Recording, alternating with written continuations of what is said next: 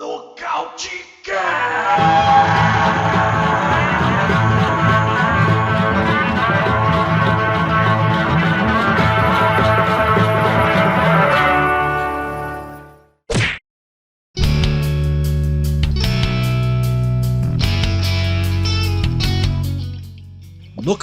69, mais uma edição aqui do nosso podcast sobre MMA feito por fãs do esporte. Eu sou o Davi Carvalho e estamos aqui mais um episódio. Curioso, né? O 69, eu tô pensando em ilustrar o nosso episódio da semana com aquela foto que a Paige VanZant postou com o marido dela, que os dois estão fazendo um 69 lá pelados. Inclusive ela tá postando umas fotos estranhas lá. Mas enfim, pessoal, estou aqui com meus amigos do Nocautecast. Diretamente aqui de São Paulo junto comigo, cowboy do Nocautecast, Gabriel Satter. Fala, meu amigo, mais uma semana aqui na quarentena. Essa é a quarta semana nossa aqui, né, que a gente está longe dos estúdios do Nocautecast. Mas enfim, estamos aqui de home office, meu amigo, boa noite. Aô, Davi Carvalho, que honra, meu amigo, falar com você. Saudade dos meus amigos aqui da bancada. Hoje com uma participação mais que especial, não vou nem revelar para não dar spoiler. Duas participações especiais no caso, né? Mas feliz de estar conversando com vocês e aí feliz também de ficar sabendo que vai ter um evento realmente daqui 2 semanas, né? Pô, é verdade. Bom, e pessoal, o Cowboy, você falou 2 participações, mas na verdade é uma especial porque o outro já é basicamente da casa.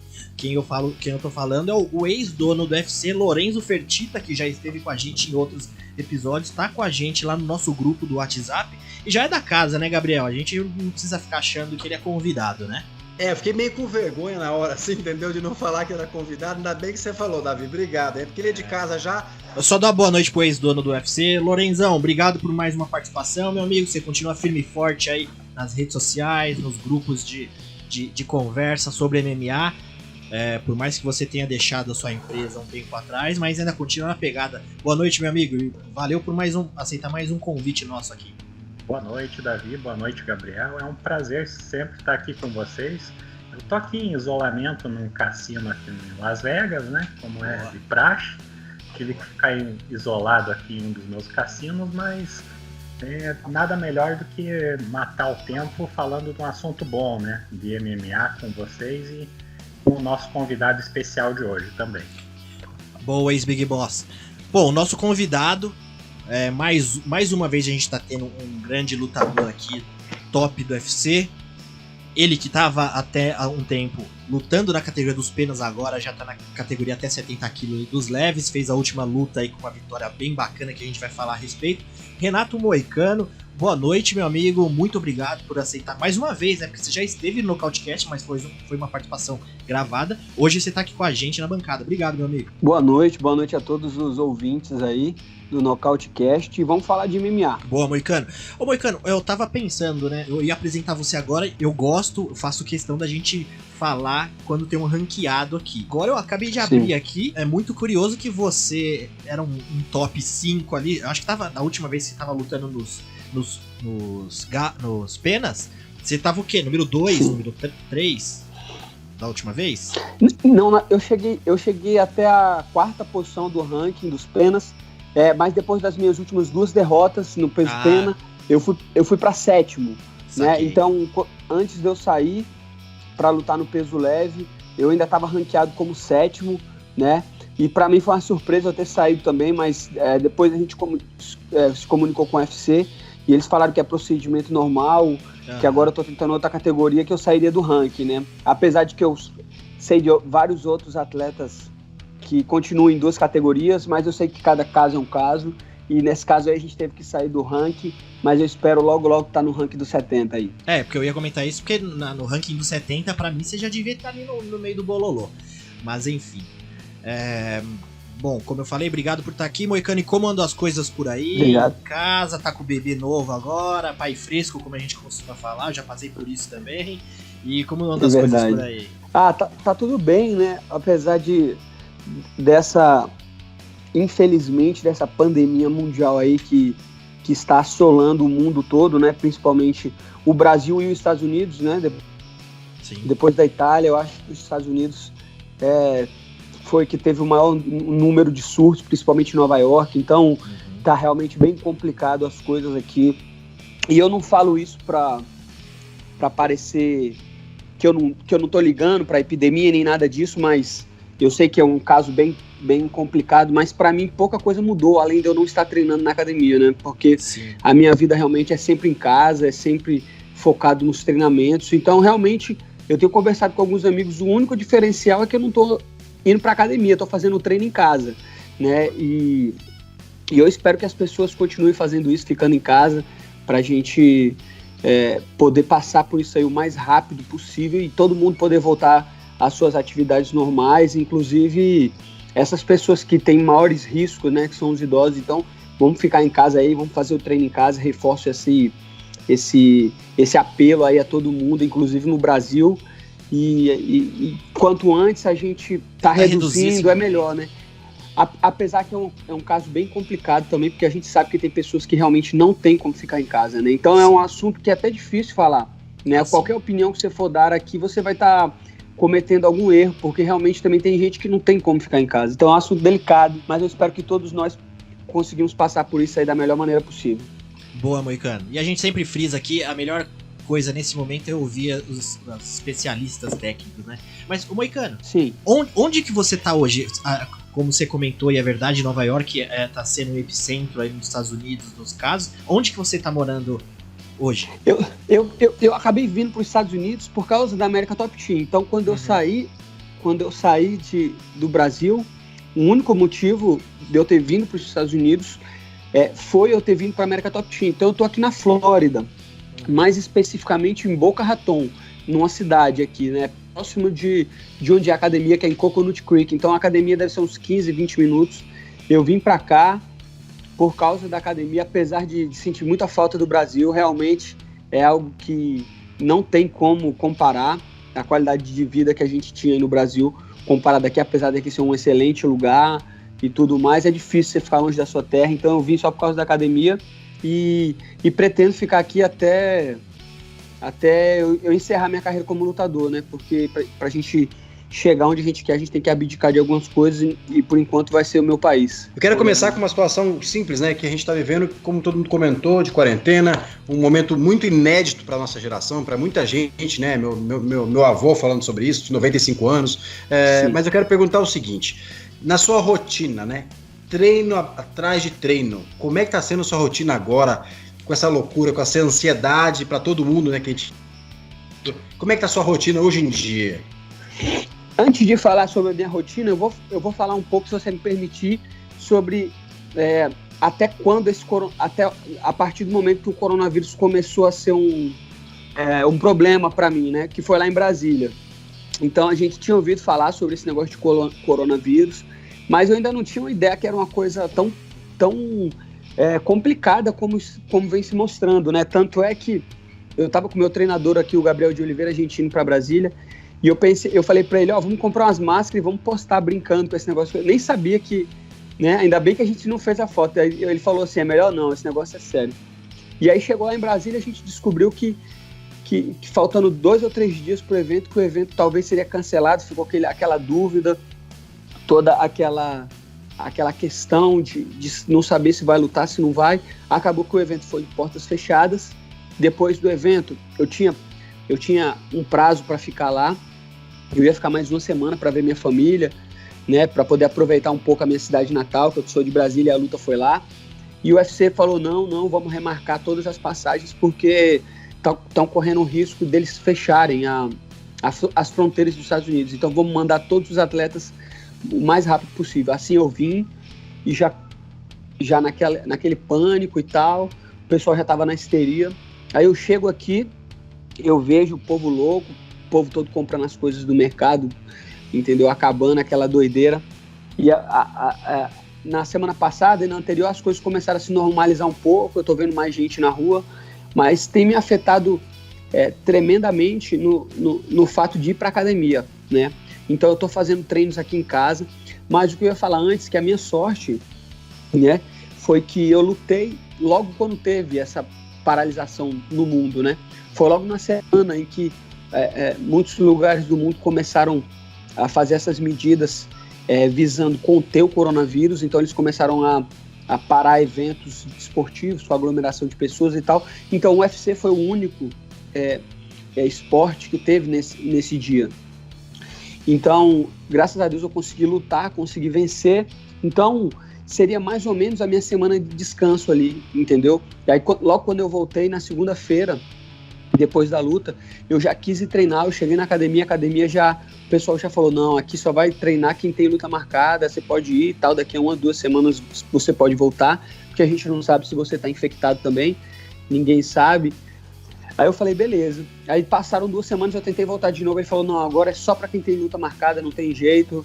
Então eu tenho realizado os treinos todos aqui em casa, encomendei alguns equipamentos, mandei instalar um saco de pancada, eu comprei tatame, comprei peso, então realmente eu tô me virando do jeito que dá aqui, porque a gente não pode ficar parado, né?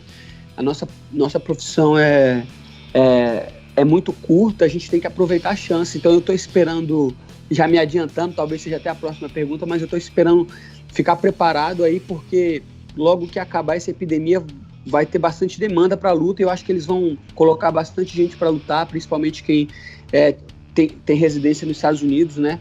Porque a gente tá vendo que não tá podendo ainda fazer viagens internacionais, a luta do Khabib foi cancelada por causa disso, e acredito que eles vão esperar uma boa oportunidade aí, e se a oportunidade aparecer, eu vou estar pronto. Sua performance foi avassaladora. O que te levou a mudar para esse peso? E como é que você avalia toda a sua performance, que na minha humilde opinião, você merecia ter ganhado um bônus de performance naquela noite?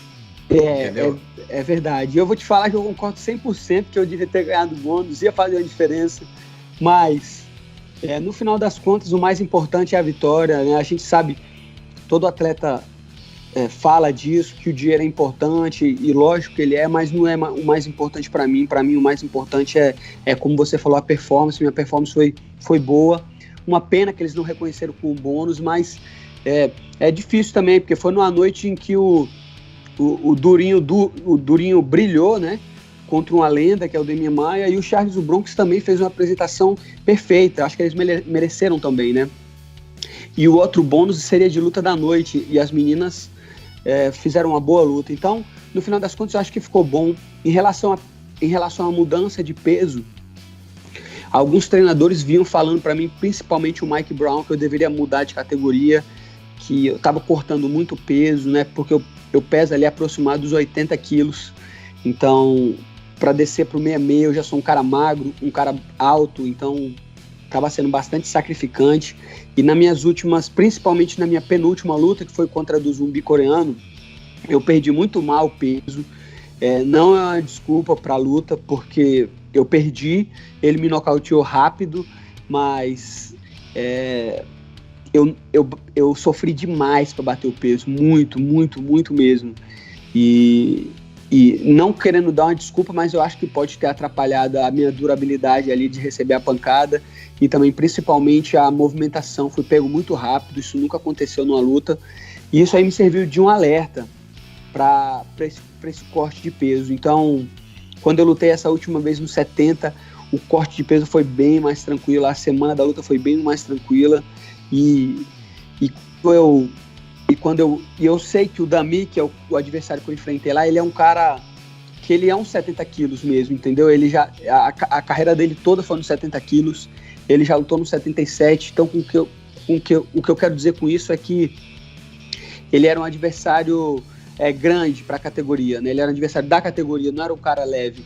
E no dia da pesagem, né, que eles fazem no dia da luta, eles fazem uma pesagem antes da luta para ver quanto você recuperou, e eu estava mais pesado que ele, e com isso eu quero dizer que além de eu estar mais pesado, eu também sou mais alto que ele. Então eu me senti muito bem com isso na categoria, indo para a luta, entendeu? Porque eu estava no peso, estava na altura, e realmente fica difícil avaliar a performance, porque a luta foi muito rápida, entendeu? Eu queria ter lutado mais mesmo, porque era uma categoria nova, eu queria me testar, mas o plano era botar para baixo. Eu só não imaginava que eu fosse botar para baixo tão rápido. O plano era botar para baixo, mas eu estava esperando uma luta mais competitiva, porque eu assisti várias lutas dele, e ele lutou contra outros atletas brasileiros e lutou contra outros atletas do jiu-jitsu. Ele lutou com um cara muito bom, inclusive eu já treinei com esse cara chamado Marcin Held, que ele treinava na América Top Team, um especialista em chave de pé, um especialista em jiu-jitsu, e ele nocauteou o Marcin Held. Então eu pensei, pô, esse cara, ele não era bom de jiu-jitsu, mas ele era bom de defesa. Eu assisti a luta dele, que ele lutou com o Alan Nuguet também. O Alan Nuguet dominou, derrubou ele, pegou as costas dele várias vezes e também não conseguiu finalizar. E eu pensei de novo, olha lá, ele dá as costas, é a posição que ele faz sempre ele dá as costas, mas ele se defende bem. E eu fiz meu treinamento todo baseado nisso, em pegar as costas dele e finalizar. Mas eu só não sabia que ia ser tão rápido a queda. Eu pensei que a queda ia demorar mais um pouco. Mas quando chegou ali na luta, que eu dei 2 socos, eu agarrei ele, eu não senti nem ele defender. Na hora que eu joguei o peso em cima, ele caiu. Então, isso mostra que em relação a peso, eu tô na categoria certa, mas realmente eu gostaria de ter lutado um pouco mais para sentir como é que ia ser a movimentação, para ganhar mais experiência. Mas foi perfeito, eu entrei na luta, não tomei um soco, consegui finalizar, realmente só ficou faltando 50 mil. Bacana. Ô Lorenzo, você ainda pegou, o Moicano ainda pegou um pouquinho da sua gestão, né? Você que vendeu o UFC ali, acho que em 2016, Exato. Foi isso? E o Moicano estreou ali em 2014, imagino que vocês tiveram algum contato, mas quer perguntar para ele também? Sim, o Moicano, ele começou contra o Tukugov, né? Não, o Tukugov foi a segunda. Contra o Ninimak. Exatamente. Eu entrei de substituto do Ronnie Jason, né? Exato. Lá em Barueri. Isso já começou finalizando ele, né? Que também foi uma surpresa essa luta. E o Tukugov foi a segunda luta, e foi uma luta que você não era visto como favorito, né? E acabou ganhando uma decisão bem apertada. Exatamente. E essa luta é engraçada, eu gosto sempre dessa luta porque foi um dos dias mais felizes da minha vida, eu lembro até hoje, né? Muita gente às vezes me pergunta isso, qual foi o dia mais feliz da sua vida? Foi o dia que eu recebi a ligação do UFC. Pô, o nego não sabe a felicidade que eu fiquei. Caramba, eu lembro como se fosse hoje, eu tava assistindo o Canal Combate os 100 maiores nocautes do UFC. E aí me ligou, né, uma mulher do UFC, não ligou nem o empresário, ligou, a gente é do UFC, a gente do UFC Brasil, a gente tá querendo, você aceita? Aí na hora eu falei, isso é sério? Você tá falando sério? Eu tava achando que era um trote. Aí quando a mulher falou, não, pô, é UFC mesmo e tal, mesmo, eu saí gritando na casa, eu passei 10 minutos gritando de felicidade, era meu sonho.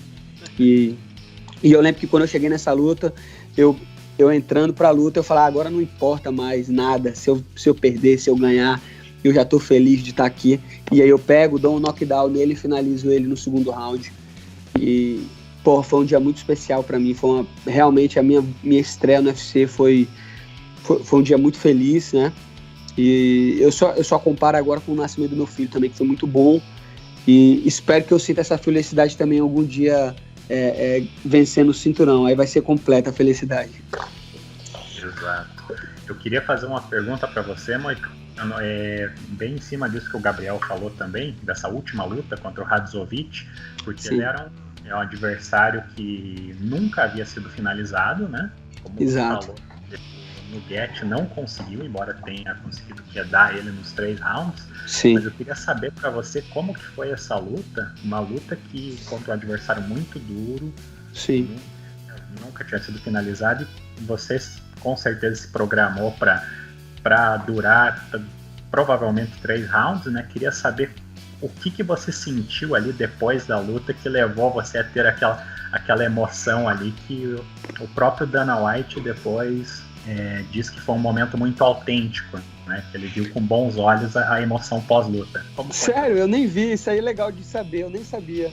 Depois eu vou até procurar. Ele deu declaração sobre. Que legal. Não sabia, o que aconteceu foi o seguinte, eu tava vindo de muitas coisas, né, na minha vida. A primeira delas, que foi um momento divisor na minha carreira, que na verdade, eu vou ser bem sincero, eu sempre lutei MMA e treinei porque eu gosto, entendeu? Porque eu amo isso. eu nunca pensei em chegar por exemplo, a ter lutado com o José Aldo, entendeu? Foi uma parada muito maneira, porque apesar de eu ter perdido, eu nunca imaginava lutar com o José Aldo. Nunca foi uma coisa que eu imaginei, entendeu? E aí quando eu tô para explicar essa sensação. Então o que aconteceu foi o seguinte, quando eu lutei com ele lá, que eu vi ele do outro lado, porra, eu tava feliz, cara. Eu olhei ele e falei, velho, não acredito. Parecia que eu tava no filme do José Aldo lá, olhando assim. Entendeu? Eu olhei e falei, caramba, eu olhei pro lado, olhei o José Aldo, a galera torcendo. Eu falei, meu irmão, não é possível, parece que eu tô na Globo, sei lá, no filme. E eu acho que isso aí não foi bom pra mim, entendeu? Porque eu misturei muitos sentimentos ali, sentimento de fã do MMA. E quando eu fui lutar com ele, novamente, o cara que eu sempre admirei. E depois daquela derrota que eu tive ali pra ele, eu fiquei muito chateado. Fiquei muito chateado pela forma que foi. E quis voltar logo, entendeu? Quis voltar logo, falei, não importa quem vir, não quero saber. E aí eles me ofereceram o Zumbi coreano, o Zumbi tava lá atrás ainda, tava vindo de uma derrota também. Falei, não importa, eu quero voltar, dar a volta por cima e tal. E aí eu peguei, aceitei a luta e treinei pra caramba, treinei até demais, né? Tive esse problema também com corte de peso, e não interessa, mas perdi a luta, entendeu? Eu nunca tinha perdido 2 lutas seguidas. Depois dessas 2 derrotas eu fiquei muito chateado, entendeu? Fiquei pensando o que eu podia fazer para melhorar. E aí nesse meio tempo, logo depois que eu perdi a luta, que eu voltei para casa, que eu tava descansando 1, 2, 3 semanas, a minha esposa anunciou que tava grávida, entendeu? A gente viu que ela tava grávida, então aí eu tava meio numa fase sem saber o que eu fazia, se eu voltava pro Brasil, se eu ficava aqui, o que eu ia fazer.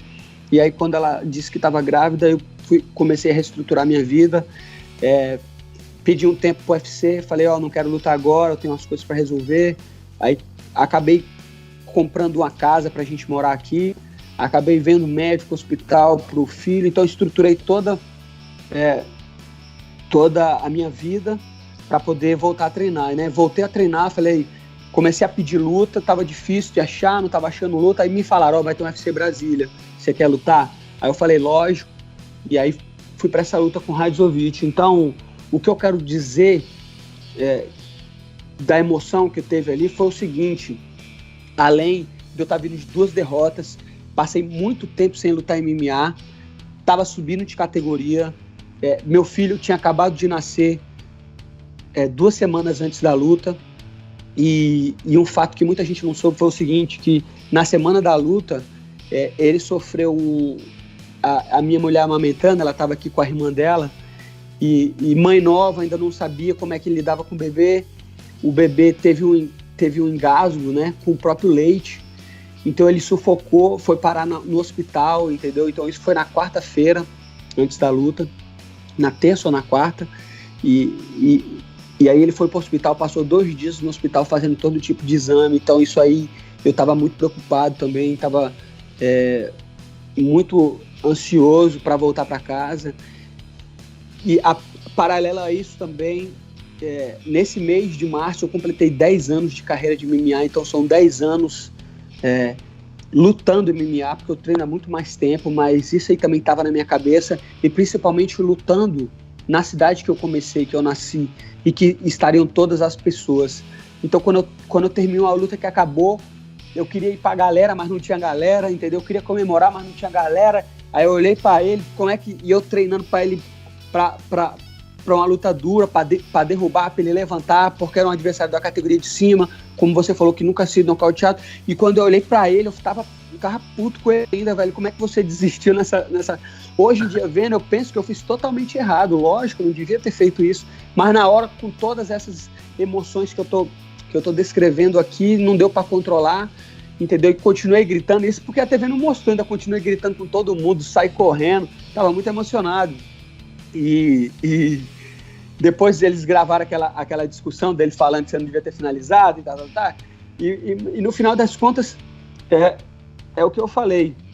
Acaba que disso aí saiu algo positivo, porque muita gente viu aquela conversa, riu, achou engraçado, mas realmente eu gostaria de pedir desculpa para ele, eu me excedi. Com certeza, se fosse eu do outro lado, eu não iria gostar, né? Então, mas é coisa do esporte, a gente sabe, eu entenderia se alguém fizesse isso também.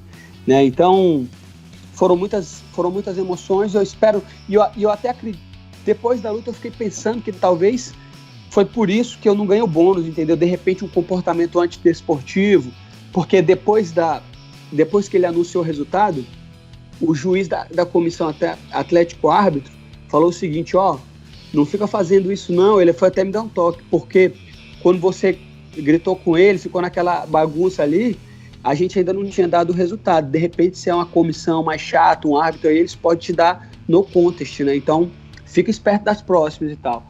E aí eu falei, beleza, e saí gritando pra lá, pra comemorar. E como eu te falei, eu penso que não foi uma decisão correta ali, ter feito aquela bagunça, mas no final das contas, se o Dana White falou que tá bom, tá bom. Quem sou eu? Boa. E o Cowboy, olha só como tá pesado esse cast hoje, hein? A gente já tá aqui com o Lorenzo Fertitta, com o Renato Moicano e acaba de chegar com a gente também o mestre Orçano Furacão de Brasília, o Cowboy. Boa noite, mestre. O mestre tá aí? Tá aí, chegou. Fala aí, mestre. Boa noite, rapaz. Mestre, Renato, já vai desculpando desde agora a gente, sim, o mestre, que, né, assim, a gente tem um jeito diferente, assim, né, mestre? Vai desculpando a gente desde agora, né? Já vai perdoando a gente. Que isso, vamos nessa. Ô Moicano, cuidado com o mestre, porque ele é um dos caras, ele é do Muay Thai, ele aí tem altas patentes no Muay Thai, ele não gosta muito de grappler, por mais que você tenha um excelente jogo em pé, a gente conhece seu também passado na arte suave, que é excelente. Cuidado com o mestre. Você veio você entrou na sala aqui só por causa disso, né, mestre? Porque você sabe que ele também tem um background enorme no jiu-jitsu, é por isso que você veio zoar com o Moicano, é isso, mestre? Não, o Moicano é conterrâneo, rapaz. Moicano aqui da terra. Então, nós estamos aqui para prestigiar o Moicano, com certeza. Opa, valeu, mestre. Obrigado. Então, Moicano, olha só. Eu não tenho certeza, mas eu preciso só primeiro saber. Você chegou a treinar aqui com o pessoal da Constrict? Isso, eu treinei. Eu comecei a fazer jiu-jitsu com um aluno do Ataíde, né? Que é o mestre da Constrictor, e ainda garoto, devia ter uns 12, 13 anos no jiu-jitsu, e depois, quando eu fiz 18, eu comecei a treinar com o mestre Ataíde, e a partir daí comecei a treinar MMA e tudo, então eu sempre treinei em Brasília. É importante frisar isso. Até o ano de 2018, todas as lutas que eu fiz, eu estava treinando em Brasília, então só a partir de 2018 que eu comecei a treinar aqui na American Top Team. Então, na minha vida toda, eu só treinei em 2 academias, na Constrictor e na American Top Team. Certo.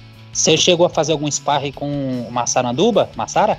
Sim, o Massaranduba, né? Quando ele chegou lá na Constrictor, eu já treinava lá. Ele veio do mestre Bani, ele veio lá do Marcelo Tigre.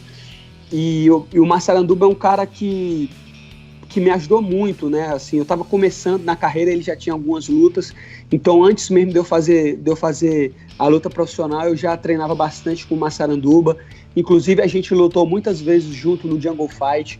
Então, o Massaranduba é um cara muito gente boa, assim, que sempre me inspirou muito. Eu vi a dedicação dele, é um cara que batalhou muito, entendeu? Tipo assim, fez várias decisões corretas na vida dele, em vez de decisões erradas, que geralmente que a gente vê as pessoas tomando. Não, o Massaranduba, ele sempre teve decisões muito boas, e mesmo sendo um cara que sem estudo, era um cara muito inteligente, então eu procurava saber, entender qual que era a opinião dele, o que ele ia fazer, e nessa época também ele não tinha carro, então eu dava muita carona para ele, para os treinos, né, porque tinha um treino na Constrictor, e tinha um treino na academia do Lula, que era um treino de preparação física. Então tinha uma galera boa ali na Constrictor, que era o Massara, tinha o Peixe, tinha o irmão do Massara, tinha o Gilbertinho. Então essa galera tava toda sempre se ajudando ali, e eu passei muitos anos treinando com o Massaranduba. Ah, tá. O pessoal fala que... Apanhando do Massaranduba, né, que o bicho no treino, meu irmão, o bicho é brabo. Exatamente o que eu ia falar. O Massara é conhecido que no treino o cara endurece o caldo mesmo, o negócio fica estranho. É feio. O negócio é feio. O Massaranduba chegava lá, o pessoal já dia de sparring, já ficava olhando pro outro lado. E você chegou a treinar jiu-jitsu com o Alessandro Charuto? Eu não cheguei a treinar, mas eu sei até que eu acho que ele era eu não lembro se ele era do Riacho. Eu não sei, agora eu não lembro onde é a academia dele, mas eu sempre escutei, o pessoal treinava lá na academia dele bastante, o Marcelo Dubo, o Gilberto, entre outras galera. É aqui no Riacho, eu moro aqui no Riacho Fundo. É no Riacho, eu já ouvi falar muito aí, eu sei que a galera ia, eu infelizmente não tive a oportunidade de ir, mas quem sabe de uma próxima. Show de bola, show de bola. Ô Moicano, deixa eu fazer uma pergunta. A gente começou ali, eu pensando em fazer a introdução sua, citando alguma coisa do ranking, mas agora voltando um pouco pra esse papo aqui. Eu sei que você é um cara gente boa, inteligente também nos passos que você dá na sua carreira. Então assim, é muito fácil a gente chegar e perguntar, se você fosse ranqueado, qual lugar do ranking você estaria? Mas eu vou fazer diferente aqui. Quem que você imaginaria agora que seria bacana você encontrar ali dentro de um ranking para você conseguir entrar ali? Quem que você acha que é um adversário bacana, que você tá de olho, assim, que poderia pensar em uma luta boa? Eu pensei na luta, né, que foi inclusive a que eu pedi lá no dia da luta, era o Paul Felder, né, por ele estar ranqueado em 7º na categoria do ranking, e ele ser um cara muito bom, né, um cara bem conhecido, e eu acho que um cara que favorece o meu estilo de jogo, né. Vamos dizer que, olhando a categoria assim superficialmente mesmo, seria o cara mais ranqueado, que faria sentido eu lutar e que seria uma boa casamento de estilos para mim. Mas realmente eu não acredito que essa luta deva acontecer, não. Até hoje ele não se pronunciou.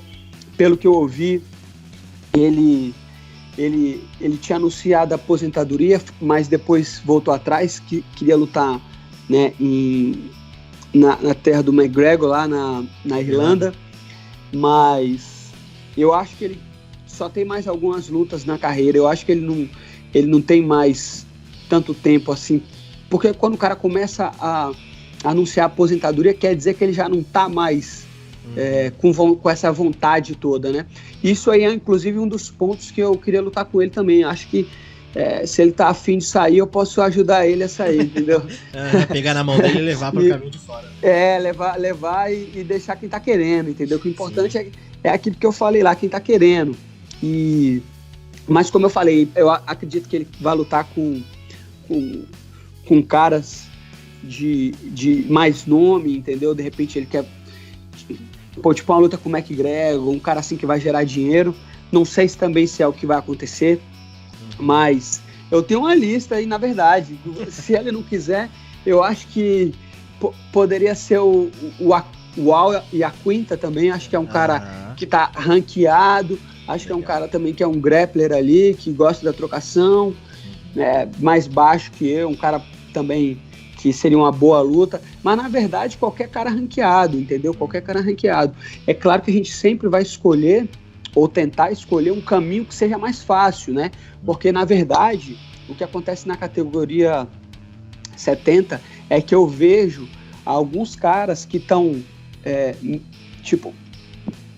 estão mais atrás no ranking e são lutas mais difíceis, entendeu? Eu acho que a categoria 70 é uma categoria complicada mesmo. Para você ter uma ideia, o Charles do Bronx estava em 13º, eu acho, antes dessa luta. Acho que agora deve ter mudado, mas o Charles do Bronx, o cara é duríssimo, e estava lá atrás na categoria. O próprio parceiro de treino do Khabib, aquele Makhachev, é um cara duríssimo, é um cara complicadíssimo de lutar, e tá lá, se eu não me engano, 14º. Então é melhor sempre mirar nesses caras que estão lá na frente, porque são lutas teoricamente não mais fáceis, mas são lutas que casam mais pro meu estilo, e o cara tá sempre melhor ranqueado. Quanto maior o ranking, melhor a luta pra mim, entendeu? Então esses são os motivos que eu queria lutar com esses caras. Mas na verdade, o que eu peço ao UFC só é que me dê um adversário ranqueado. Mas também, se não quiser dar, também não tem nada não, a gente vai lutar, entendeu? Já tô começando a pedir luta, e é isso que eu falo. Eu quero lutar com um cara bom, eu quero lutar com os melhores, eu quero minha chance. E agora na 70 tive alguma chance na meia que eu não aproveitei, mas eu acho que nessa categoria aí vai ser a hora certa, e essa minha última luta mostrou que, como vocês falaram aí, era um adversário duro. Talvez ele não fosse o mais técnico, talvez ele não fosse o melhor da categoria, mas era um cara que ninguém tinha finalizado ainda, e eu peguei e finalizei ele em menos de 40 segundos, então isso deve valer alguma coisa.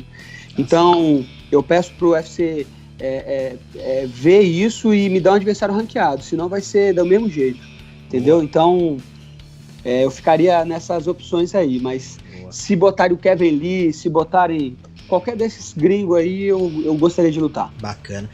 Se a gente considerar aí um fluxo normal dos eventos, se a gente tirar um pouco da frente essa crise que a gente tá passando, não seria...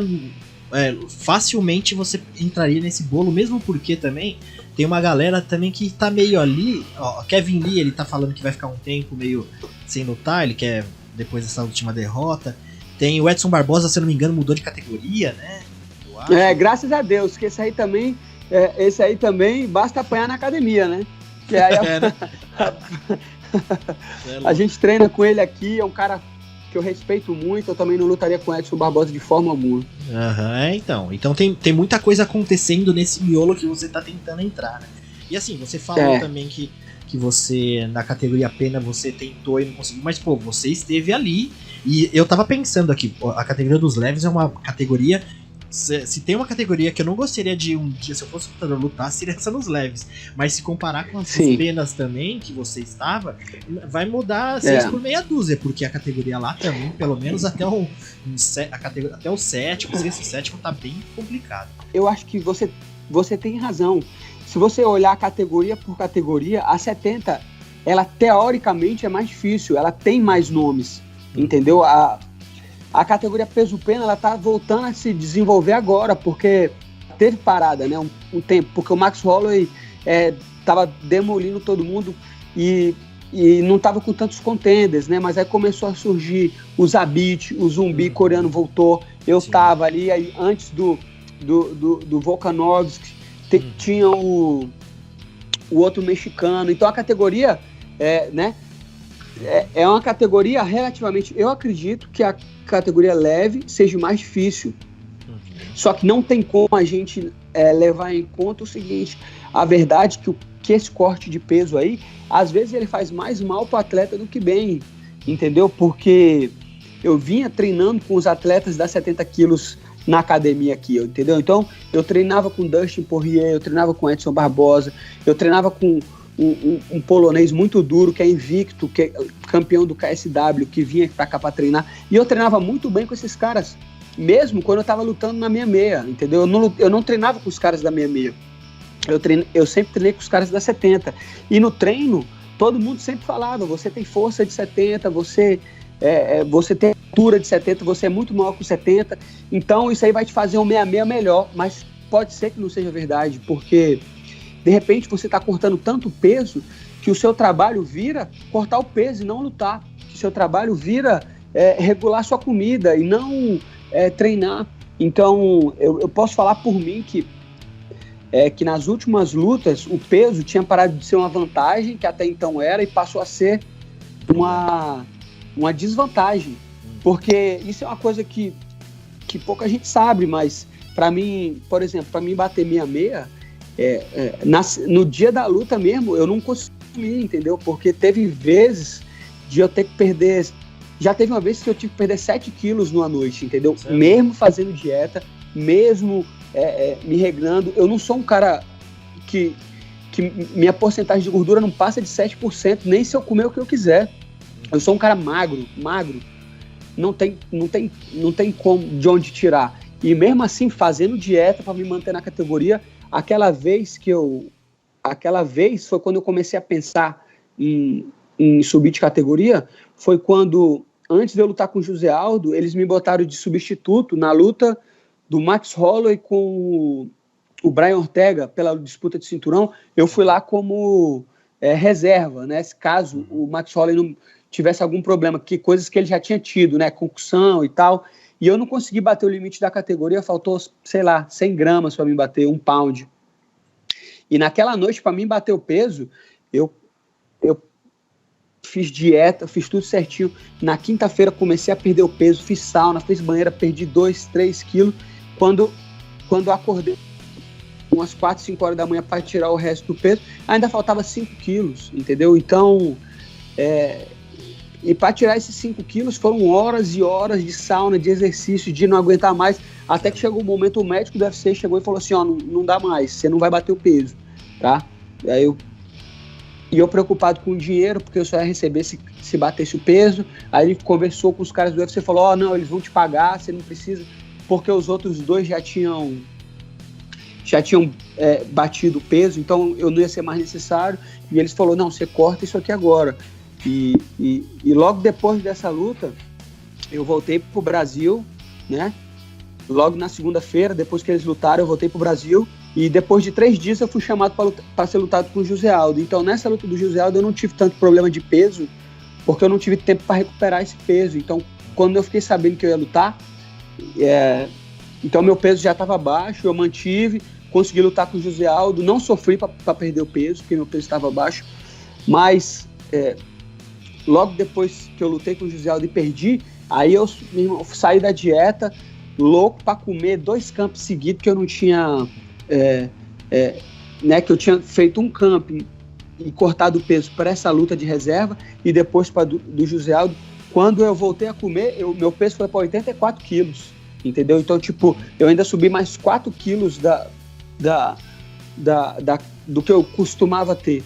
Então, o que começou a acontecer foi o seguinte, o corpo começa a compensar. Se você tira muito, ele vai... Então, acabou que isso aí começou a se tornar uma preocupação do meu camping. E aí eu comecei a pensar em subir de peso, e até porque a cultura mesmo dos americanos aqui é de perder menos peso, entendeu? Então, você vê que os caras aqui, eles não são tão pesados. A gente no Brasil perde muito peso, mas como eu estava falando antes, talvez isso mais atrapalhe. E para concluir isso, eu quero dizer o seguinte, que talvez, mesmo a categoria 70, sendo uma categoria com adversários mais difíceis, talvez eu me dê melhor por não cortar tanto peso. Sim. Que foi o caso de vários atletas. Sim. Foi o caso de, por exemplo, o Dustin Poirier, que aconteceu a mesma coisa, ele perdeu pro Zumbi. Ele é um cara grande também, que perdia muito peso, inclusive ele é menor de altura do que eu treino com ele, né? Pelo menos, não tenho treinado ultimamente, mas para a luta dele com o Max Holloway, por eu ter o mesmo estilo de biotipo, eu treinei muito, fiz muito sparring com ele. E me senti bem, treinei bem com ele, me senti no mesmo nível dos caras. Então, é o que eu tô te falando, talvez, mesmo tendo adversários mais difíceis, em teoria, talvez eu consiga render mais com um campo de treinamento mais correto, focado em treinar e não em perder peso. Né? A gente, além do Dustin Poirier, tem o próprio Charles do Bronx, que na minha visão está fazendo um trabalho muito melhor hoje do que ele estava fazendo no MMA. Ele era um cara duro no MMA, teve bons resultados também, mas me parece que agora ele está na categoria certa dele, da mesma forma que foi o Dan Hooker também, que era um cara que, pelo contrário, ia mal na MMA, foi mal na MMA, perdeu algumas lutas na MMA, não foi um cara ranqueado na MMA e chegou na 70 e agora está nas cabeças, né? E isso para citar alguns atletas que subiram do pena para o leve. Se a gente for contar de outras categorias como o próprio Anthony Johnson, o próprio Marreta, entre vários outros atletas, eu acho que é uma tendência natural e acho que isso aí vai aumentar não só a performance dos atletas no dia da categoria, mas também a longevidade, a saúde.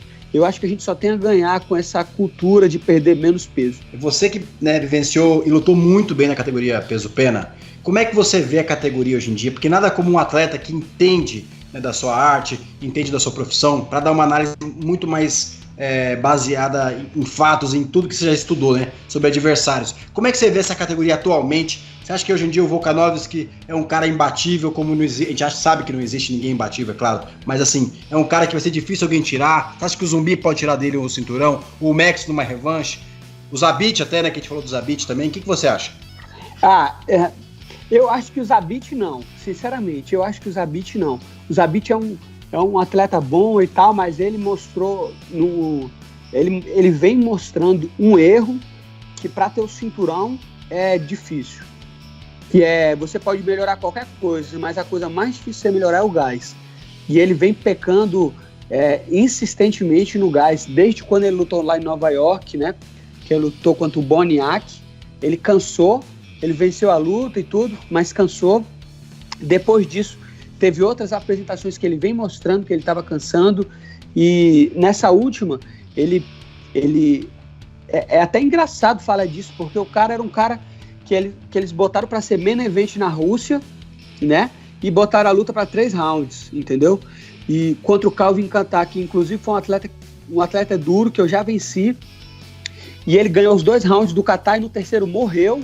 Se a luta fosse de 5 rounds, provavelmente ele perderia. Então, é um cara que, contra o Volkanovski, apesar da estatura dele, do tamanho, eu acho muito difícil. E contra qualquer outro que tiver no cinturão ali, porque realmente o Zabit, ele é um cara muito habilidoso, tem muito poder de nocaute, é um grappler muito bom, principalmente da greco-romana, tem fundamento no chão, tem finalizações, mas para 5 rounds eu acho que ele não aguenta. Mas agora falar de Max Holloway, de Zumbi, desses outros caras, são todos caras que podem complicar a vida do Volkanovski. O Zumbi, eu acredito que seria uma luta difícil para o Volkanovski, mas eu acredito na vitória do Volkanovski também, porque a gente viu que o Volkanovski ele tem um jogo muito bom de se adaptar ao adversário. Então, ele fez várias coisas muito boas. Por exemplo, na luta do José Aldo, ele soube fazer algo que eu precisaria ter feito também, que era abafar, né? Em vez de você ir na área do cara e trocar porrada com o cara, a gente sabe o tanto que o José Aldo é explosivo, e eu sabia também. Então, a estratégia mais correta a se fazer era usar esse jogo de grade, esse jogo de cansar, porque das próximas vezes que ele explodir, ele não teria tanto energia, que foi justamente o que aconteceu. Então, eu acredito que ele pode fazer esse jogo com o Zumbi, cansar o Zumbi. O Zumbi é um cara que tem muita potência, principalmente nos primeiros rounds. Então, eu acho que o Volkanovski ia usar a habilidade dele, a estratégia para poder anular o Zumbi, mas é um cara que tem a mão pesada, pode pegar e pode derrubar. Em relação ao Max Holloway, o Max Holloway é um cara que claro, pode vencer sempre também, mas o Volkanovski mostrou uma estratégia muito boa, né, contra ele, que foi machucar ele no chute na perna e depois fazer umas trocas de base para entrar no golpe e entrar na curta distância. O Max sempre mantém a longa muito bem, então o Volkanovski começou a machucar a perna dele. Quando ele mudava de base, ele entrava com o direto junto com a perna e jogava o cruzado e pegou vários. Então o Volkanovski está de parabéns, fez uma campanha até o cinturão do UFC impecável, né? Ganhou de atletas renomadíssimos, né? De lendas como o Chad Mendes, como o próprio José Aldo, como o próprio Max Holloway, que estava essa disputa para saber quem era o maior de todos os tempos, né? O José Aldo ou o Max Holloway. Mas eu não acredito que ele seja imbatível, até porque eu acho ele baixo para a categoria. Eu acho que se eles tiverem uma revanche contra o Volkanovski, eu acho que o Max Holloway tem mais chance de vencer. O Max Holloway é um cara que já voltou de várias derrotas, inclusive do Dustin Poirier. E é difícil, luta é luta, mas o que eu tenho a falar sobre o Volkanovski é um excelente atleta, tá vindo aí uma nova geração, mistura MMA, tá vindo da academia de outros bons lutadores, mas eu não acho ele nada de especial, entendeu? Eu não acho que ele tem aquele, não é aquele campeão que você olha e fala, pô, esse cara vai ser campeão por muito tempo. Não sei, só o tempo dirá, né? Eu desejo ele toda a sorte do mundo aí e que faça boas defesas de cinturão, mas tem uma galera ali pra bater de frente com ele. O peso pena tá bem bacana. Essa é a minha visão mais ou menos do peso pena. O peso leve já é outra história, é uma categoria com muito cara. Eu acho que a diferença do peso pena e do peso leve é que talvez o peso leve agora tenha mais grapplers, né? Tipo o Khabib,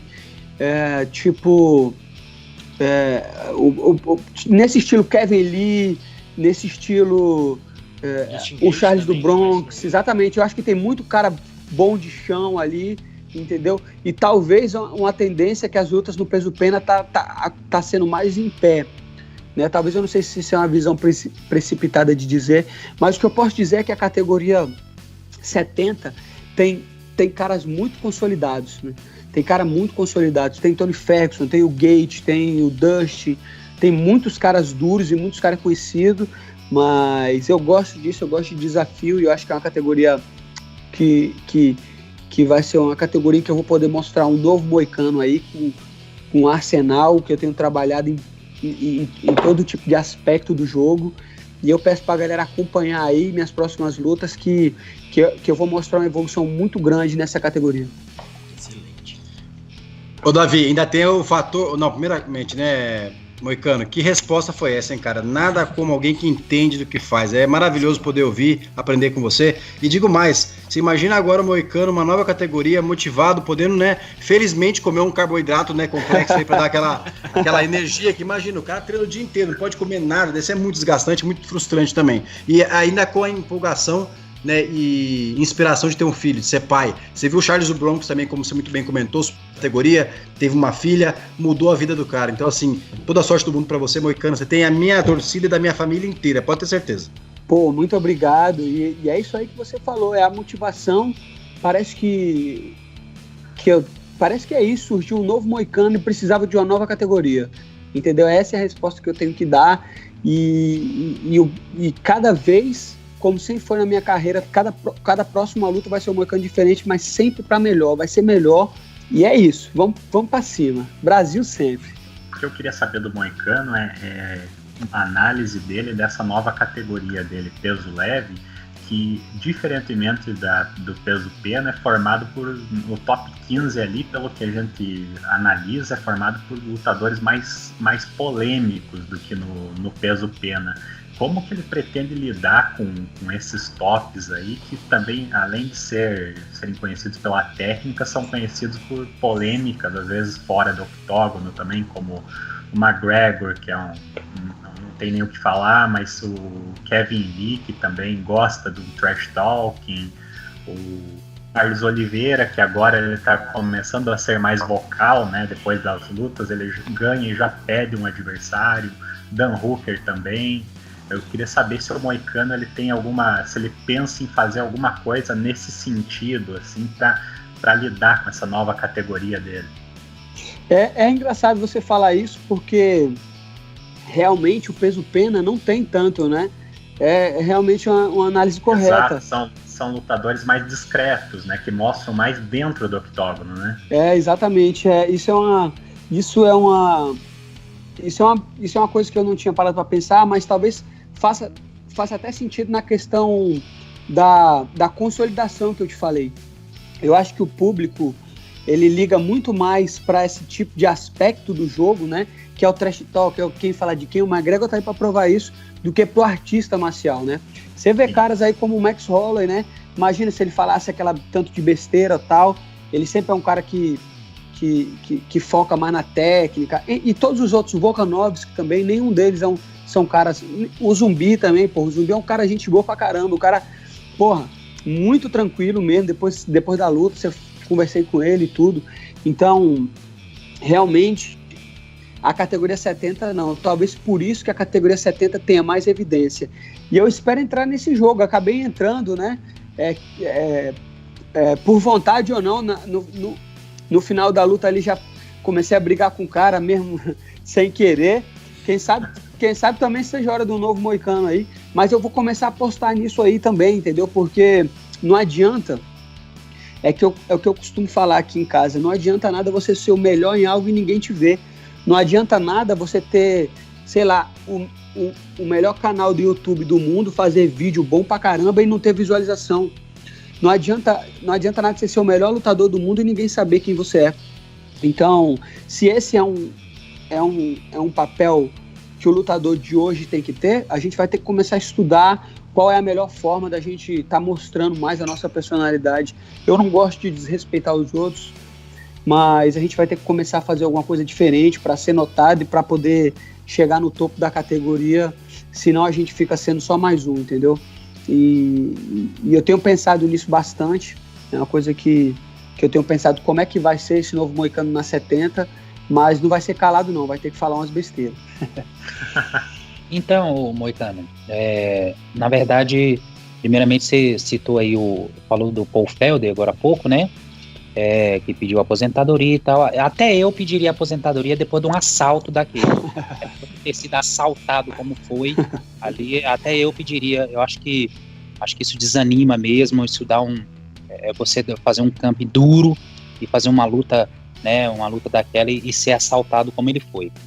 Nessa linha, eu quero te perguntar, qual a luta que você, nessa mesma linha, venceu na tua visão, mas os juízes deram o contrário e você ficou extremamente decepcionado? Tem alguma? Pode falar? É engraçado, porque minhas derrotas todas elas foram por paralisação, né? Eu nunca perdi nenhuma luta por decisão. Eu fui finalizado pelo Brian Ortega e depois nocauteado pelo José Aldo e pelo Zumbi. Apesar que na luta do José Aldo eu achei que o juiz parou um pouco cedo, mas hoje em dia não dá pra gente dizer isso, porque o juiz está aí para preservar a integridade física do atleta mesmo, e cada vez mais a gente está vendo os juízes parando a luta mais cedo, né, sem deixar o cara tomar tanto dano. Antigamente você via aquelas lutas que o cara tomava porrada pra caramba, tomava porrada e voltava. Hoje em dia o juiz já tá parando. E não é só em lutas comuns, não. Até luta de cinturão. Foi o caso do Dillashaw e do Cerrudo. Algumas pessoas dizem que dá para ter continuado, outras pessoas dizem que não. Eu acredito que isso é bom pro esporte, porque quanto mais a gente preservar os atletas, melhores. Mas comigo, para responder sua pergunta, aconteceu uma vez que quando eu ainda lutava no Brasil, no Chotô Brasil, eu fui fazer uma luta lá contra o atleta da Nova União, Felipe Frois,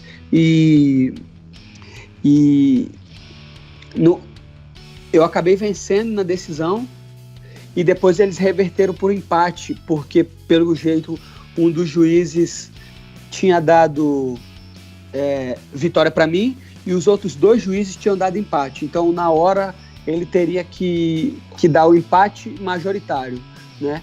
E aí no outro dia eles reverteram o resultado para empate da luta.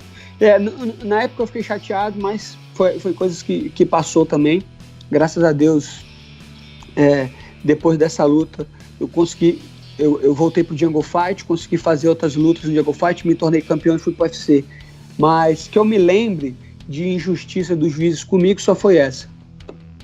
Entendi. Mas você citou aí, falou sobre essa questão dos juízes cedo. Sim.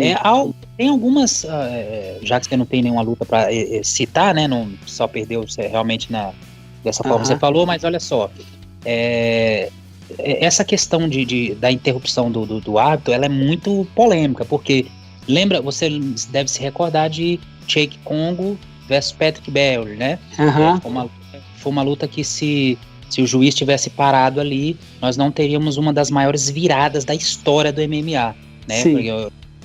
Então, assim, tem algumas lutas que, de repente, vai mais pelo feeling, né? Ali vale a pena esperar um pouquinho para ver se questão do Frank Edgar também contra o Gray Maynard, né? Sim, hoje, com certeza. Assim, se essa luta ocorresse hoje eu acredito que os juízes teriam parado e dado a vitória pro Maynard, né? Então, eu acho meio polêmico isso, sabe? Essa é um pontinho bem interessante.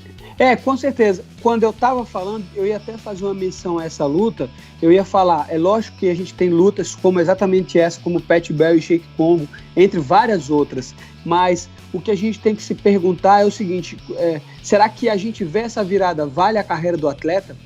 Porque quanto mais...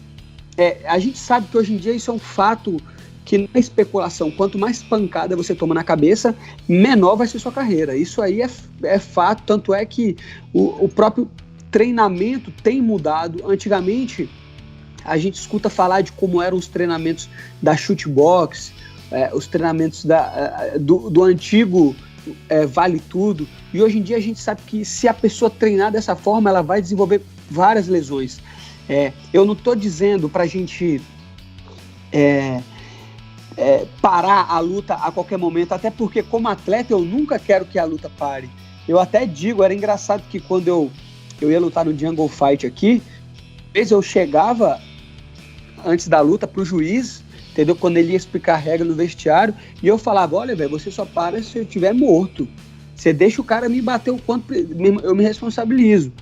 Porque eu sei o quanto vale meu sonho, entendeu? E eu perder uma luta é uma coisa muito grande. As pessoas às vezes não conseguem entender, porque a gente está acostumado muito com a cultura, de repente, do futebol, principalmente no Brasil, ou aqui nos Estados Unidos e outros esportes, como basquete, qualquer esporte coletivo, em que o cara luta, aliás, que o cara joga, compete toda semana, entendeu? O cara perdeu um jogo na quarta, na outra quarta ele joga de novo. O cara perdeu um jogo no domingo, no outro domingo ele joga de novo. sem falar que é o seguinte, ele perdeu aqui, a culpa é do goleiro, a culpa é do zagueiro, ou então a culpa é do outro. Não, agora o esporte individual e de luta, quando você perde, é só você que perdeu, entendeu? E isso aí influencia em todos os aspectos da sua vida, por isso que a pessoa tem que ter um discernimento muito grande, porque muitas das vezes você vê o atleta desenvolvendo até depressão, é uma coisa muito ruim. Então, falando isso, eu quero dizer o tanto que a luta é importante para mim, e falando sem hipocrisia nenhuma, se eu tivesse que morrer para ganhar uma luta, eu morria. As lutas que eu perdi, se eu soubesse que eu ia vencer aquela luta, eu morria depois, não tinha problema nenhum nisso, porque eu dedico a minha vida a isso. Mas o que eu quero dizer é que como profissional, a gente tem que ver que é um esporte, entendeu? O lutador sente isso, mas a pessoa que tá ali, ela tem que falar, calma, isso é um esporte, a vida não termina aqui, você vai ter outras coisas na sua vida, é melhor a gente preservar esses atletas, porque igual a maioria aí eu tenho certeza que todos que estão lutando ali no UFC, a maioria dava a vida para ser campeão, tomava o tanto de que fosse necessário, mas a gente tem que lembrar que campeão é só um, entendeu? Só tem espaço para um, então é uma coisa muito difícil e a gente tem que tomar cuidado com a saúde, porque depois que passar o seu tempo, vai passar para todo mundo, porque tem um adversário que ninguém vai ganhar, nem o Saint-Pierre vai ganhar, nenhum peso pesado vai ganhar, nem o Anderson Silva vai ganhar, que é o tempo. Uma hora o tempo vai aposentar todo mundo, não é só um não. E nesse tempo, como é que você quer passar a sua carreira? Como é que você quer passar depois da sua carreira? Entendeu? A gente tem exemplo já disso. A gente tem exemplo. O Muhammad Ali foi um dos maiores de todos os tempos. Terminou a vida dele, ele não conseguia dirigir um carro, velho. Ele não conseguia dar um abraço na filha dele, não conseguia comprar um pão. Então eu falo, eu entendo dessas viradas, eu sei que o MMA é um jogo que ele prioriza isso, mas a gente tá vendo isso aí, não é só no MMA, no boxe hoje em dia. Você vê que se o juiz entra no meio, sem contar knockdown, a luta acabou, entendeu? Para te preservar. E tem que ser assim, porque antes de sermos atletas, nós somos seres humanos e cada atleta vai estar dando a sua vida ali, mas é a responsabilidade dos eventos preservar essa vida. Então, realmente, a gente vai perder um pouquinho do show, um pouquinho daquela agressividade, mas a gente tem que se adequar a essa nova regra. Inclusive, você falou um exemplo, rapidinho, Davi, eu sei que está estourando o tempo, você fez um exemplo, falou uma coisa interessantíssima aí, o Moicano, você falou a questão da depressão, né? Camarada que a gente olhando a olho nu, a gente nunca imaginaria que ele desenvolveria isso, é o Stephen, você lutou com ele, né? Ele falou que por diversas vezes ele venceu a depressão porque estava próximo do título e nunca chegava. Né? Sim. Inclusive, ele falou até em se suicidar depois da derrota do José Aldo. Entendeu? Saiu uma matéria dele dizendo que ele pensou em se suicidar. Então, isso é muito grave, é o que eu estou te falando. Você acha que um atleta desse não valoriza a vitória? Mas a gente tem que pensar no depois. E tem outra coisa que é mais perigoso ainda, que são estudos relacionados a pancadas repetidas na cabeça a desenvolver depressão. Não é só no MMA, não é só no boxe. Atletas de esporte de contato, em qual tem muita pancada na cabeça, o risco do atleta desenvolver depressão ao longo da carreira é muito grande. A gente tem muito atleta de, por exemplo, futebol americano e outros esportes com impacto, como o próprio rugby, entre outros, que o cara começa a desenvolver lesões cerebrais que são irreparáveis. Então, eu não tô querendo desestimular ninguém. Eu não vou parar por causa disso, porque é o que eu amo fazer, mas eu quero dizer o seguinte, tem um risco. Você vai lutar? Tem um risco de você tomar um soco e nunca mais conseguir enxergar. Você tem um risco, mas a gente tem que fazer isso da melhor forma possível. Do mesmo jeito que o piloto de Fórmula 1 tem o risco de bater o carro e morrer, como foi o caso do Ayrton Senna. Talvez se você perguntasse para ele falava, velho, eu sabia a vida inteira que ia acontecer isso e eu paguei esse preço e às vezes paguei feliz. Mas como esporte, a gente tem que pensar num jeito de preservar essas vidas e mais do que isso, né, ter uma aposentadoria com saúde, né, e eu acho que era a hora também da gente pensar no MMA, num sindicato, entendeu, pra gente poder ter é um esporte, é um emprego, gera renda para os caras, então, pô, vamos fazer um negócio que seja bom para todo mundo, porque você vê muito lutador aí no fim da carreira, sem dinheiro, sem cinturão, sem família, sem saúde, sem nada, e o cara entregou a vida inteira pro esporte. Então, já que a gente quer preservar os atletas, vamos preservar de todas as maneiras, mas para isso a gente tem que pensar como é que vai fazer, tem que juntar. É difícil, eu não vejo isso acontecendo, eu falo só por falar, entendeu? Mas é uma coisa que era bom a pessoa abrir o olho. Eu estive no podcast Decisões Divididas dos meus amigos lá do Resende, do Thiago Sampaio, e a gente estava falando de um ponto que a gente até comentou que pouco se fala nesse período que a gente está passando, né? Todo mundo em casa, a vida dos lutadores está diferente, temos que se adaptar. E queria ver mais do seu lado, se bem que tem um ponto que eu vou citar aqui, que no seu caso é diferente, mas a gente fala pouco dessa questão do perfil do lutador. Geralmente é uma pessoa que ela tá acostumada com um ritmo intenso, né, de treino, de velocidade, impacto no sentido de ter uma vida mais corrida do que a da maioria das outras pessoas. Como que tem sido pra você essas suas rotinas, onde você tem uma limitação, né, que você não tem, você não pode pensar, pô, hoje eu vou fazer um treino em tal lugar, encontrar meus amigos, já tem toda uma limitação. E aproveitando esse momento que vocês falavam desse lado psicológico, isso também deve afetar um pouco os lutadores, né, que deve ter uma questão aí fisiológica do cara sempre estar acostumado com intensidades maiores, com adrenalina. Como tem sido pra você, se bem que agora você tem o Isaac agora no seu camp aí, né, junto com você. Sim. Então já tá diferente. O time aí, você e a Priscila Isaac já tem um camp maior, mas como tem sido esses momentos aí pra você? Então, a respeito disso,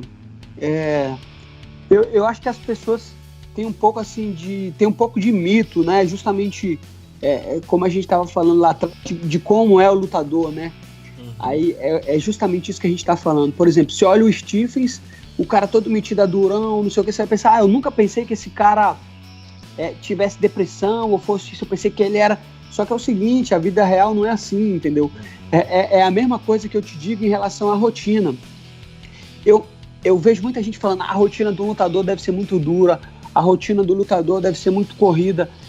Eu diria assim, velho, eu não posso comparar o meu emprego com o emprego de uma pessoa normal, sacou? De um trabalhador que pra mim é muito mais difícil um trabalhador, sacou? Que acorda 5 da manhã, que pega o seu baú, que anda lá pra puta que pariu, pega 2 horas de baú, vai trabalhar e volta essa correria. Isso é correria, entendeu?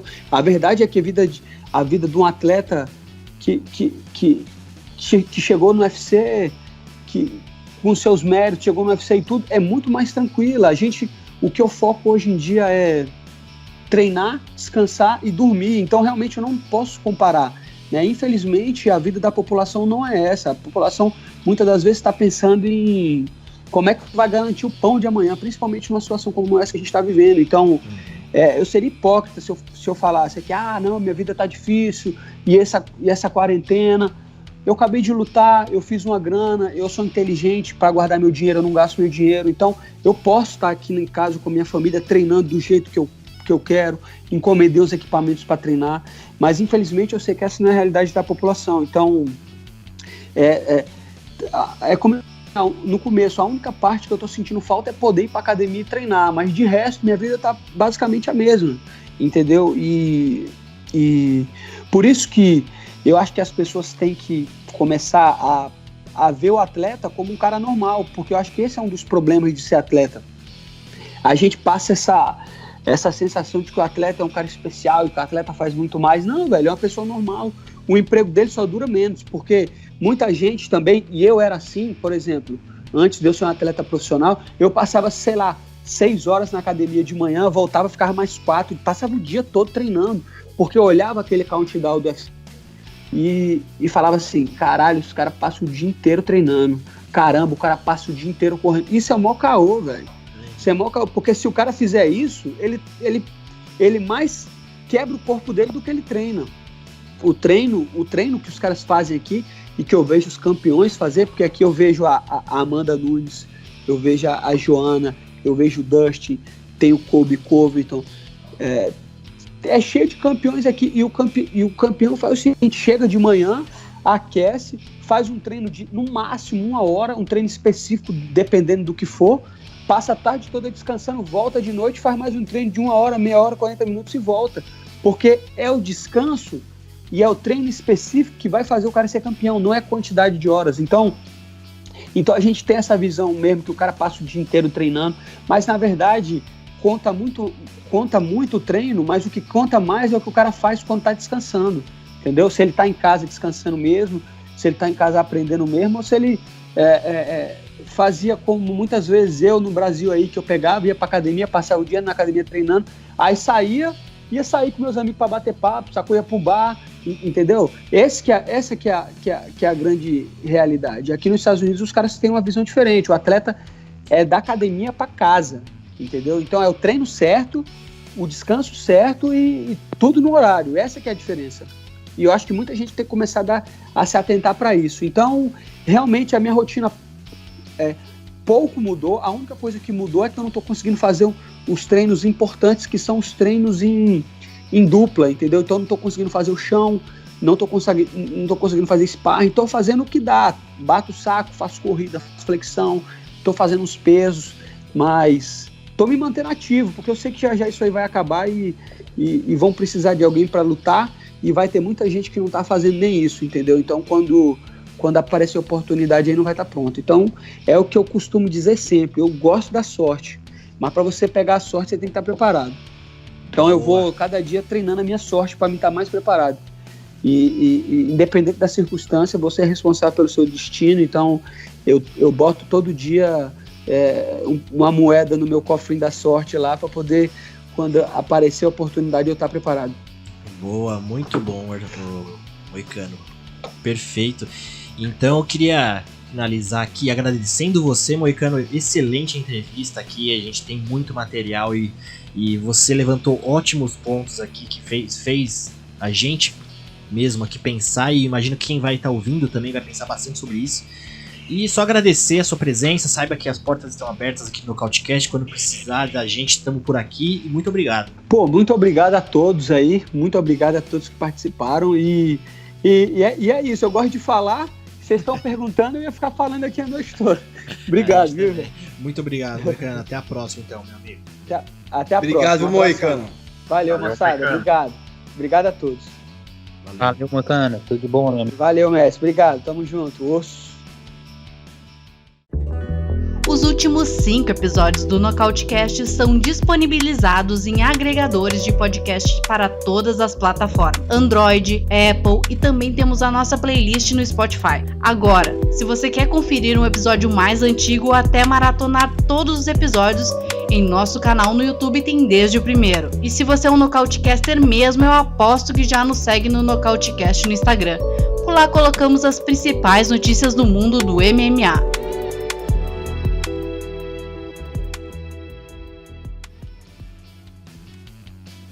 Boa. Ô, Cowboy, antes da gente finalizar, a gente podia só bater um papo nós aqui com o Lorenzo e com o Mestre Orsano, só dessa situação que a gente tá tendo aí, que hoje foi um dia bem movimentado com relação a lançamentos do que tem acontecido no UFC. A gente tem essa situação do 249 aí, que tá no dia 18 de abril, que não sabe onde vai ser, se vai ser contra quem, se vai ser Khabib e Ferguson. Depois veio a notícia do Justin Gaethje aí, que assinou com o Ferguson. O que vocês acham da gente bater um papo sobre isso, Cowboy? Se bem que o card ainda não tá completamente resolvido, né? Não, então, acabei de receber aqui no WhatsApp, eu acho que é fonte segura, né, mas que já tem o card completo do UFC 249, não quero Saiu? Estar errado. Tem o card inteiro aqui, pelo que me passaram. A gente pode dar uma discutida. Olha aqui, bom, Ferguson então versus Gaethje, todo mundo já sabe essa luta, né, foi confirmada hoje. Quer falar sobre ela porque te falo, Davi, tem gerado muita polêmica essa luta, embora em tempos de quarentena ninguém vai reclamar de luta marcada, hein, gente? Jéssica Andrade contra Rose Namajunas, Hardy contra De Castro no peso pesado, Vicente Luque contra o Price na peso meio médio, Stephens contra Qatar, peso pena, que o próprio Moicano estava falando, Ngannou contra Jairzinho Rozenstruik, lutaça no peso pesado, o Hall contra o Jacaré, confirmado também, Hernandes contra Morales, peso leve, Vera contra Borg no peso galo masculino, E por aí vai, Johnson contra o Worth no peso leve e o Banks contra Moraes na categoria peso galo feminina. E para fechar, Ryan Spann contra Sam Alvey na meio pesado masculina. Baita card, né? Super mega card, cara. Pô, a melhor card do ano. Bom, infelizmente, né, a gente tem uma situação que a gente não queria estar vivendo isso. Por mais que seja um baita card, a gente tem toda uma situação aí. A gente tem postado lá no Nocautecast as coisas que vão acontecendo. Até um último discurso lá do Trump falando que, pedindo, né, para os grandes líderes do esporte aí, que ele citou o Dana White como o primeiro ali que ele citou também, para eles que eles querem retornar, todo mundo quer retornar, mas ele não pode fazer isso agora, e a gente tem aí um UFC dando continuidade. Antes da gente falar do cartel, ô Lorenzo, o que você acha dessa situação? Você acha você foi sondado aí para fazerem um evento em algum dos seus cassinos aí, hotéis, e o que você acha dessa situação? Situação complicada, né? O problema é que o Dana tá banido dos cassinos aqui em Las Vegas, daí os lutadores até poderiam entrar, mas ele não, daí ele não gostou da situação. Eles acabaram tendo que tentar jogar para outro local aí. É uma situação complicada porque eu partilho da opinião do seguinte, que o card, ele, embora seja um card de peso, ele estava todo sendo construído para finalizar com a cereja do bolo ali, o Khabib contra o Ferguson, né? Não tendo mais o Khabib, fica um card, mesmo sendo uma lutaça, né? Ferguson contra Gate, mas perde muito do brilho por ser uma luta desse impacto, né? Sem público, sem o Gate com Camp, valendo um cinturão interino que o Ferguson já teve, que já perdeu sem ter sofrido derrotas. Então é uma lutaça, mas fica aquele gosto amargo na boca, né? É verdade. E Mestre Orsano, eu vejo muita gente aí, a gente acompanha a rede social, acompanha fóruns de discussão. Antes da gente falar do card também, a gente tem visto muita gente falando que o Khabib deu uma tremida, ficou com medo, mestre. É esse tipo de discurso que a gente tem que manter?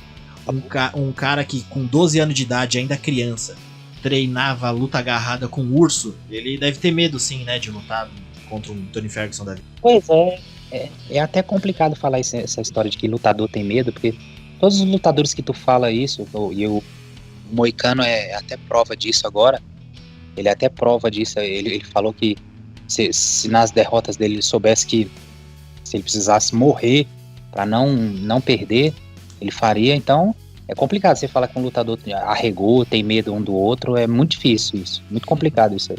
E Cowboy, então dia 18 de abril, certeza, já posso aqui preparar a casa, comprar os frios, os salgadinhos, tá tudo certo aí pro card. Olha, eu vou cortar peso desde agora até o dia da luta, poder comer um banquete, né, no dia. Brincadeiras à parte, né, minha gente? Em tempos de racionamento aí. Mas assim, eu espero que não caia essa luta. Entendo a posição do Lorenzo, do Fertitta, entendo do Messi também. A questão maior é a seguinte, né, gente?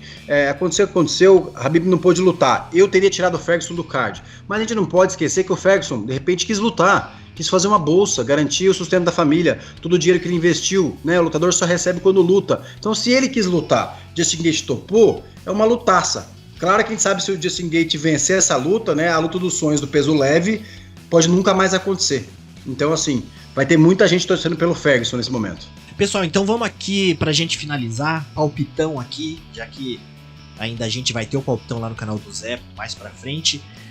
Vocês acham desse card Justin Gaethje e Tony Ferguson? Cowboy, o que você acha? Olha, adorei isso aí. Eu vou de Ferguson porque teve um campo mais completo, mas Justin Gaethje é um super humano, né? O cara é um freak, né? É impressionante a qualidade que ele tem de força, de aguentar absorção de golpes. Então eu Ferguson, mas não vou ficar surpreso se o Justin Gaethje acertar uma mão precisa no Ferguson, até porque o Ferguson é altamente acertável em suas lutas, né? Ele dá muito dano no adversário, mas ele recebe muito golpe, se expõe muito.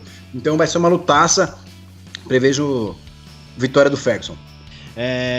Lorenzo, o que você acha, palpitão, nessa luta aí? Bom, o Ferguson vai ter que cuidar por ser um starter, né? Eu acho que o Gaethje, por não estar com o campo completo, ele vai com tudo pra cima, não vai ser cuidadoso que nem ele foi nessas últimas lutas aí contra o James Vick, contra o Cerrone. Eu acho que ele vai meio que nem o Edgar contra o Zumbi ali, ele vai por tudo ou nada. Vai tentar definir no primeiro round ali, ou no segundo no máximo. Mas acho que o Ferguson supera esses primeiros rounds aí, acho que ele consegue um nocaute lá pelo quarto round. Boa. E você, Mestre Pro interino aí de novo. Boa, Lourenço. E você, Mestre Orsano, o que você me diz, palpitão, pra essa luta aí? Então, essa luta aí, Tony Ferguson versus Justin Gaethje, o Gaethje já estava de sobreaviso, né? Pelo que me consta, ele já estava de sobreaviso. Se qualquer um dos dois se lesionasse, se tivesse algum problema, ele se substituiria. Bom, eu vou contrariar todo mundo aí, tá todo mundo indo de Ferguson. Eu vou de Justin Gaethje, tá? Ele tem uma bigorna nas mãos. E o Tony Ferguson é altamente, como já disseram, altamente acertável. Então ele vai esquentando conforme a luta, né? Mas eu não sei se essa luta ele vai ter oportunidade de esquentar, não. Eu lembro muito bem com o Lando Vanata, que ele quase que perde a luta. Então o Justin Gaethje tem grande chance de sair vitorioso. Então eu vou de Gaethje. Boa, Mestre Orsano. Bom, pessoal, é isso aí. Esse evento ainda a gente vai ter oportunidade de falar mais detalhadamente. Vamos deixar também um pouquinho do papo pro próximo cast, já que hoje rendeu bastante aí com o Moicano com a gente. Cowboy, queria agradecer mais uma participação, meu amigo, tamo junto aí, até a semana que vem, possivelmente mais uma quarentena, estaremos lá juntos. É isso aí, meu amigo, boa noite. Obrigado, gente, obrigadão pelo carinho de todos e sempre. E só lembrar que amanhã, terça-feira, 19 horas no meu canal, vai ter uma live muito especial para divulgar uma mega novidade. Quem puder, dá uma moral por lá que vocês não vão achar ruim, eu garanto. Não, é verdade. Pô, ainda bem que se lembrou. Vai ser no canal no YouTube? Ou Então, Davi, a princípio vai ser no Insta nessa primeira vez. Minha equipe já tá trabalhando para nos próximos a gente conseguir também colocar as minhas lives no Face e no YouTube também. Tô passando por várias transformações nessas duas plataformas, mas no Instagram, ao vivo, é confirmadíssima e é uma super novidade que vai até o final do ano, acredito, esse novo projeto. Aí sim, Cowboy, boa. Estaremos lá conferindo. Bom, Mestre Orsano, você chegou ali no comecinho do primeiro tempo, mas recebeu umas bolas na cara do gol e completou. Muito obrigado, meu amigo, mais um cast com a gente aí, então até os próximos. Valeu, pessoal, foi um prazer, sempre um prazer estar com vocês aí, essa bancada. Um grande abraço a todos aí, né? Esperamos que tudo volte ao normal aí, né? Essa quarentena aí já não tá dando mais, ninguém aguenta mais, né? Tá chato, a vida, né, normal de... E meu amigo também, Lourenço Fertitta, muito obrigado, meu amigo, por disponibilizar um tempinho daí de Las Vegas para falar com a gente daqui. Até a próxima, volte mais vezes, você sabe que as portas abertas aqui para você, quando quiser voltar, estamos aí. Bela participação com a gente, muito obrigado. Valeu, Davi, é sempre um prazer. Ainda mais quando vocês me tiram da solidão do isolamento aqui no cassino. Abração para você, pro Gabriel, pro mestre aí também, e pro André G, que hoje não pôde estar sempre tem as opiniões muito bem colocadas dele. Espero que dessa vez a gente consiga ir até o dia 18 sem mais notícias ruins a respeito desse UFC 249, né? Parabéns para você pelo trabalho e para toda a galera aí por, em meio a tantas notícias ruins, né, conseguirem trazer um podcasts tão animados para nós aí. Valeu e um abraço. Boa, meu amigo, também aproveitar para deixar um abraço tanto para a galera lá do nosso grupo do WhatsApp, o pessoal que segue a gente no Instagram, e pro André G também. O André G, ele tem todos os créditos, ele falou com a gente. Eu falei, André, seu banco de horas tá lotado, então mais do que aceitável. Então até a próxima, pessoal. Fui!